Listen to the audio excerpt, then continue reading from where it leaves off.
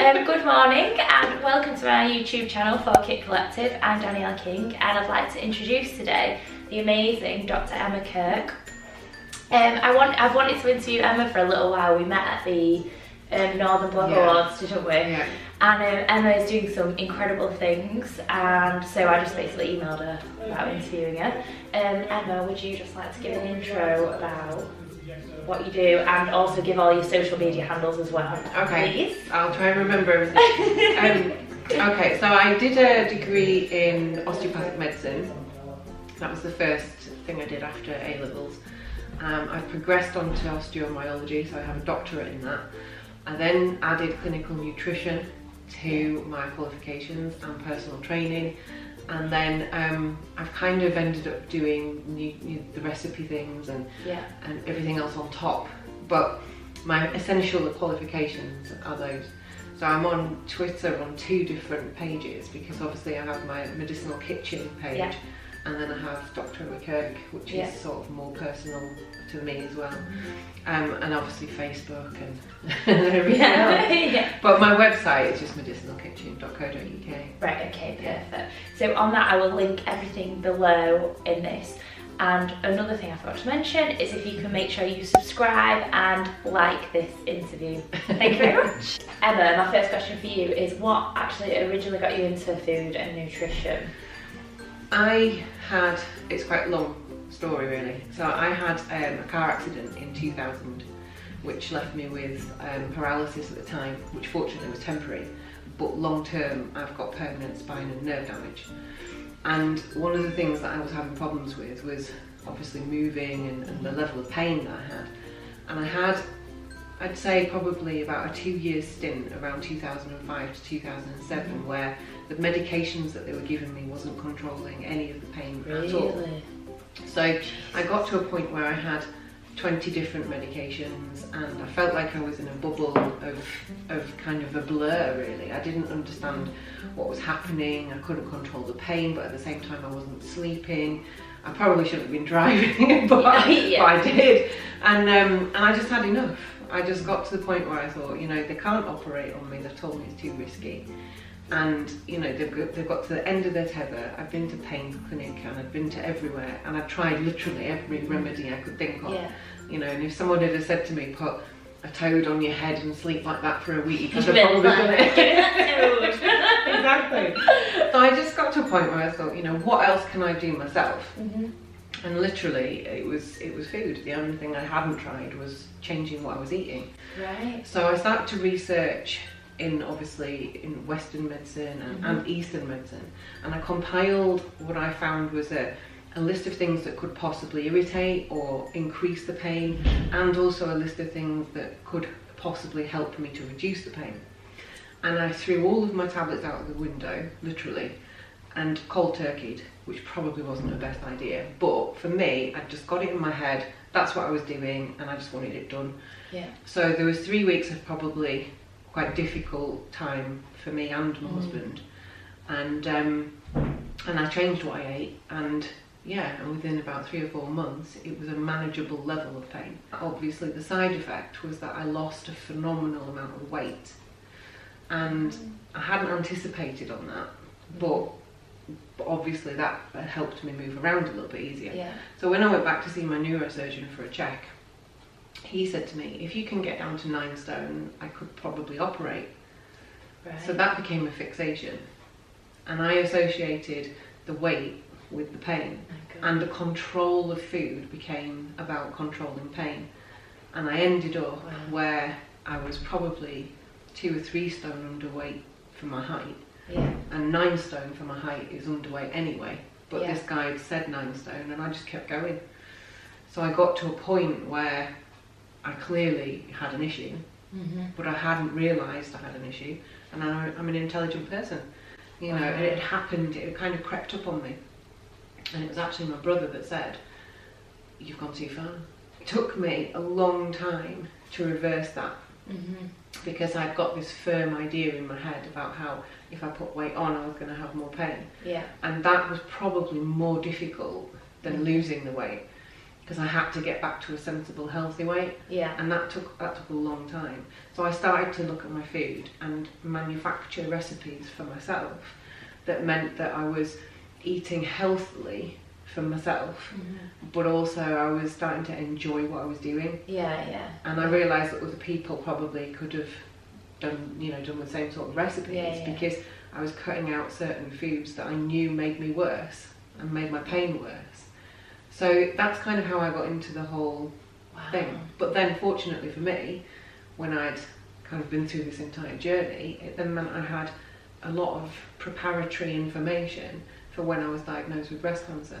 So when that happened, I already had information about how to use the food to rehab, how to decrease my inflammation after the op, and that made a massive difference to my recovery. You're a doctor in osteomyology. Can you just explain what you actually do? I think physical therapies are very difficult to distinguish anyway, because people have maybe heard of physiotherapists or an osteopath or a chiropractor, but I don't think anyone really understands what any of them properly will do unless you've been to see one, and even then they're all different.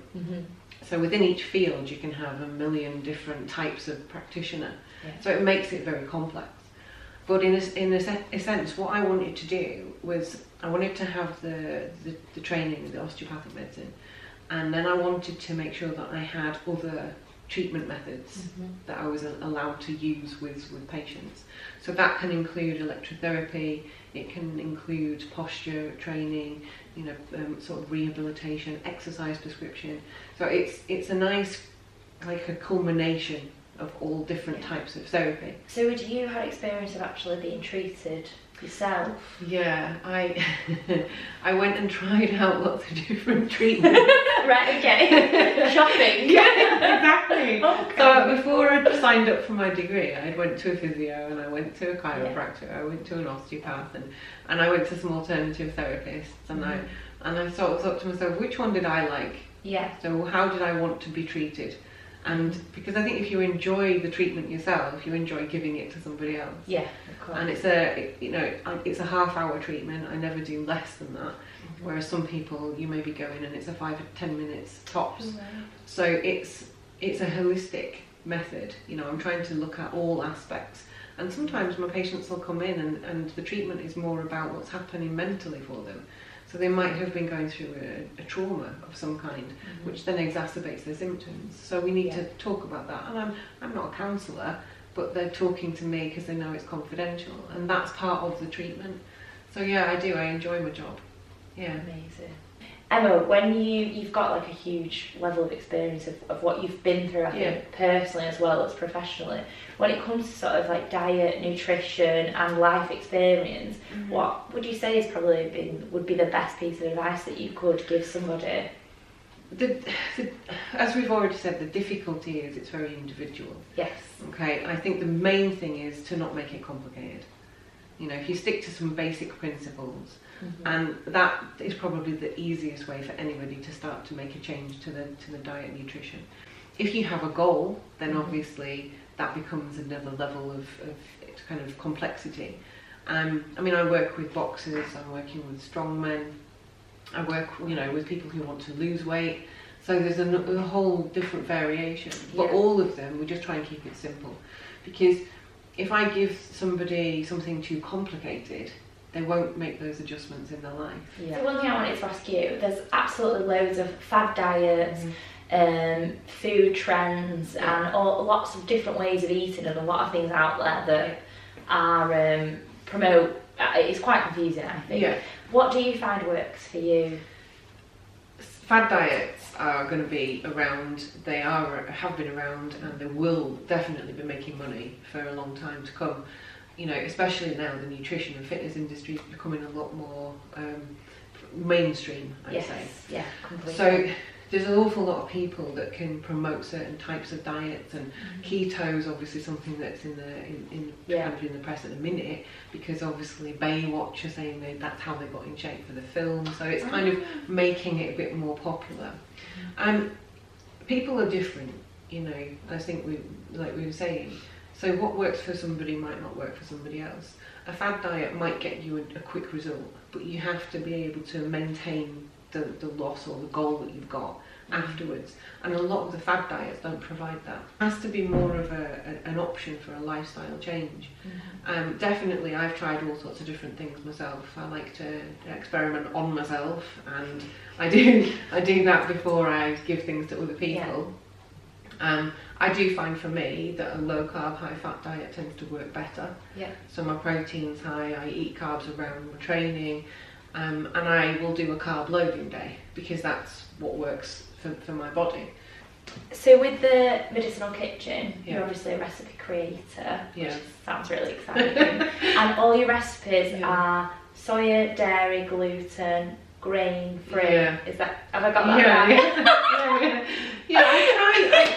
What I tried to do was kind of work out recipes that literally you were encompassing every single type of allergy.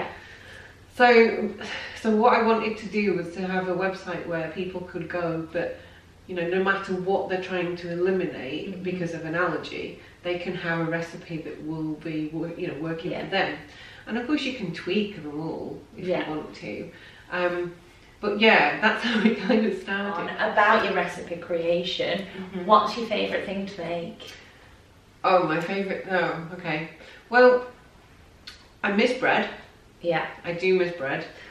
So I have a really, really speedy bread bun recipe that's like, when you really would just want a hot sandwich or something.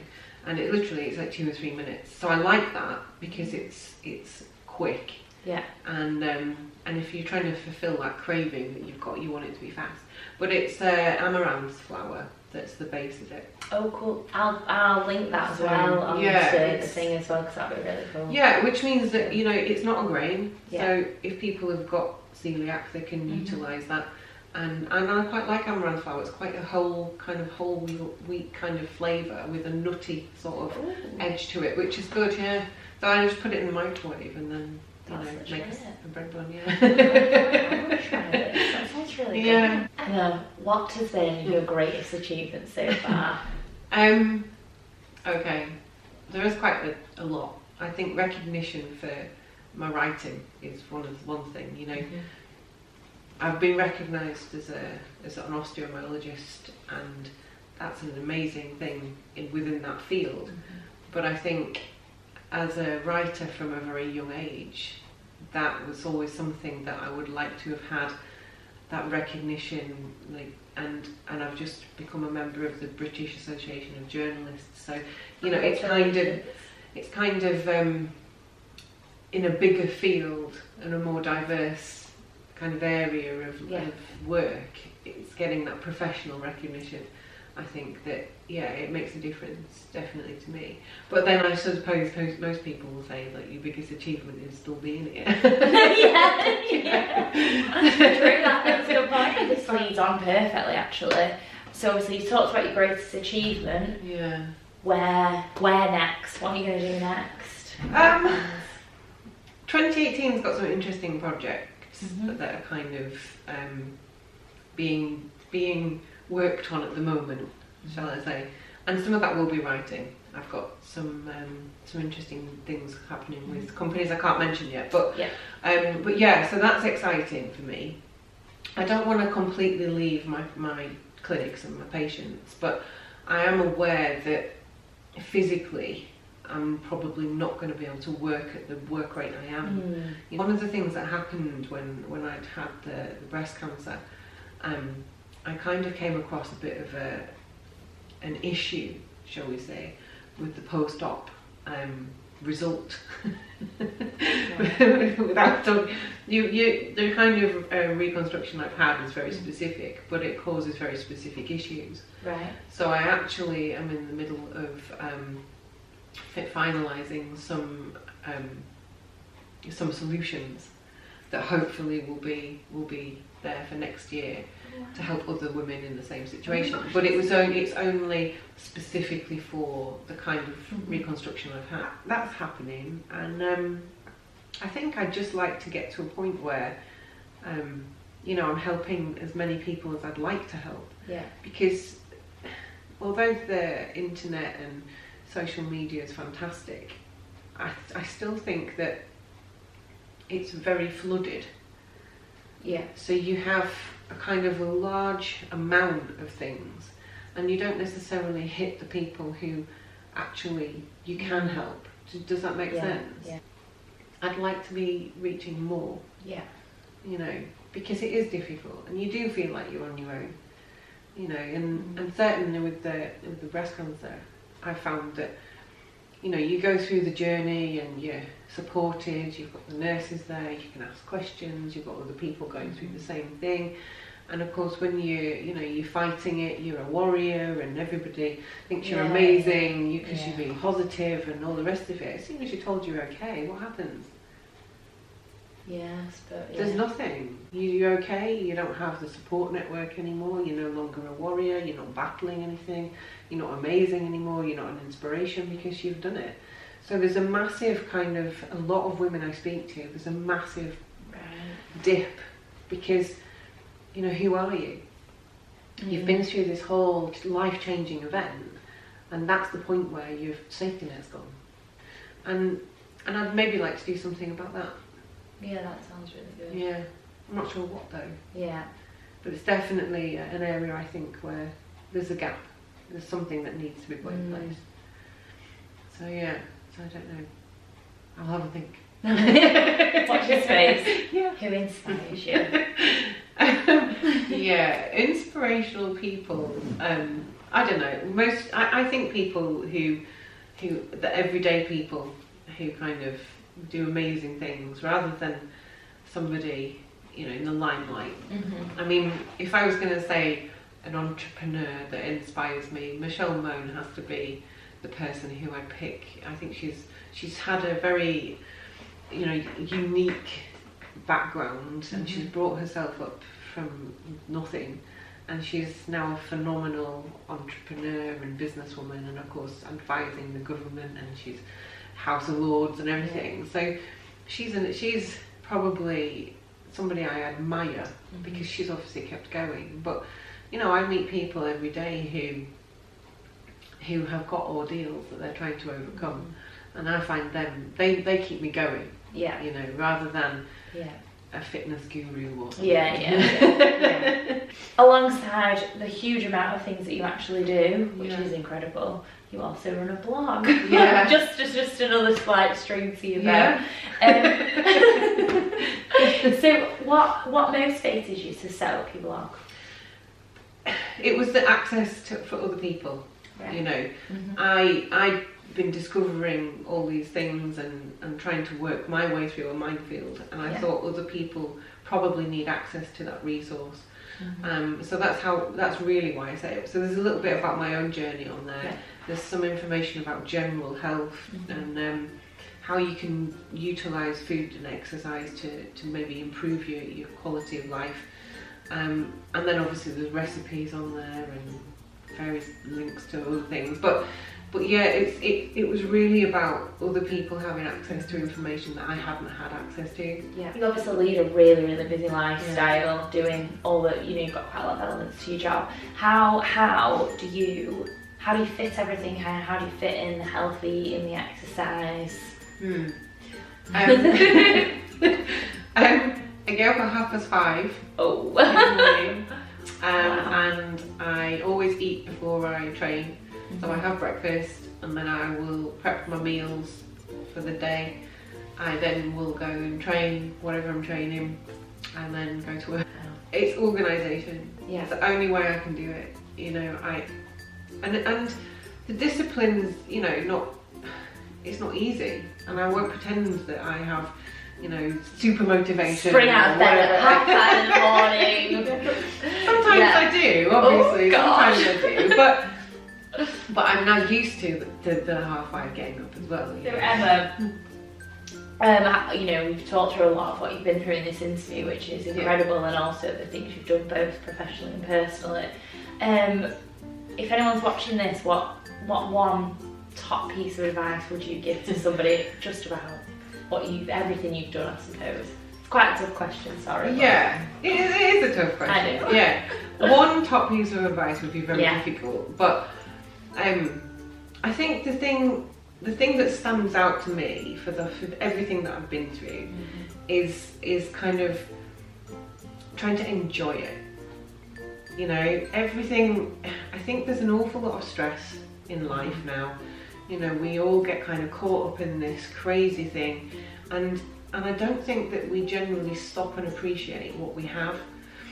And I think when you've been through, everyone has a story, everybody's gone through things, and it's all relative. So the amount of things I've gone through, you know, somebody else might have gone through more, somebody else might have kind of less I suppose, physical stuff that they've been through. But everybody's got something that they're battling with or they're trying to overcome.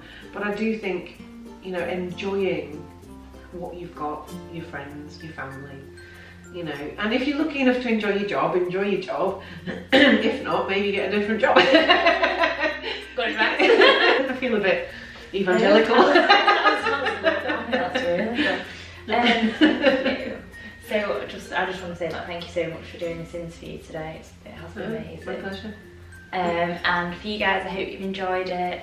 If you can like this video, that would be amazing. I'll also link everything below so you can have access to all Emma's. And if people want to ask me questions, if you've got questions, that's fine. Yeah, Just any contact. questions, that would be amazing. If you pop them below, we'll answer them for you. So thank you so much for watching, and bye.